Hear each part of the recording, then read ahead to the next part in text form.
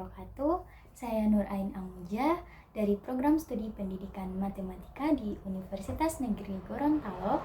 Video ini saya buat untuk memenuhi salah satu tugas mata kuliah Bahasa Indonesia yang diampu oleh Ibu dosen Ibu Nur Amila SPD MPD.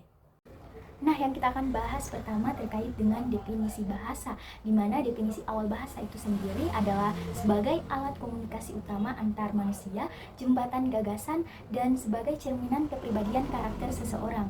Kemudian, apa sih peran bahasa dalam kehidupan ini?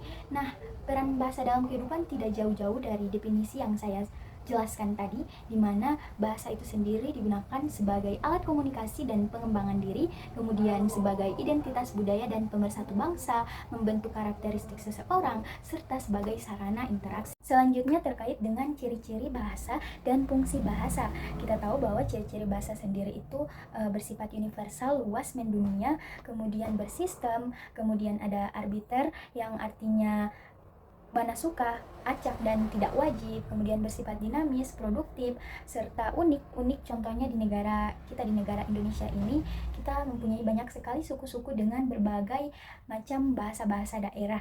Kemudian ada konvensional di mana sebagai kesepakatan sosial, fungsi, komunikasi, dinamika bahasa.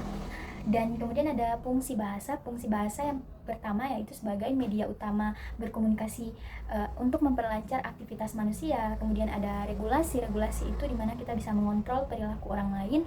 Kemudian bersifat interaksional, dimana membangun dan memelihara hubungan sosial. Kemudian fungsi bahasa ada juga yang personal sebagai tempat untuk mengekspresikan identitas diri. Kemudian bersifat imajinatif, representasional, serta ada yang namanya heuristik itu sendiri dimana kita mempunyai bahasa untuk mencari tahu atau mempelajari informasi di dunia sekitar. Terakhir terkait dengan asal-usul bahasa Indonesia. Bahasa Indonesia memiliki perjalanan sejarah yang sangat unik, di mana asal-usul ini dibentuk dari akar bahasa Melayu kuno pada abad 7 hingga abad ke-13 yang dipengaruhi oleh bahasa Sanskrit, lalu peran dari Kerajaan Sriwijaya, Sumpah Pemuda tahun 1928, serta Proklamasi Kemerdekaan Indonesia pada tahun 1945. Lalu terkait dengan perkembangan ejaan bahasa Indonesia di tahun 1901 oleh Van de Fussen terkait dengan pembakuan ejaan pertama bahasa Indonesia di tahun 1945, bahasa Indonesia diresmikan sebagai bahasa negara dalam Undang-Undang Dasar 1945.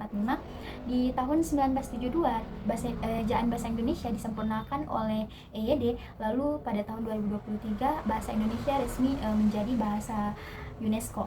Kemudian dari materi-materi tersebut bisa disimpulkan bahwa bahasa Indonesia bukan hanya sekedar alat untuk komunikasi, melainkan sebagai cerminan jiwa bangsa dan pembentuk peradaban manusia.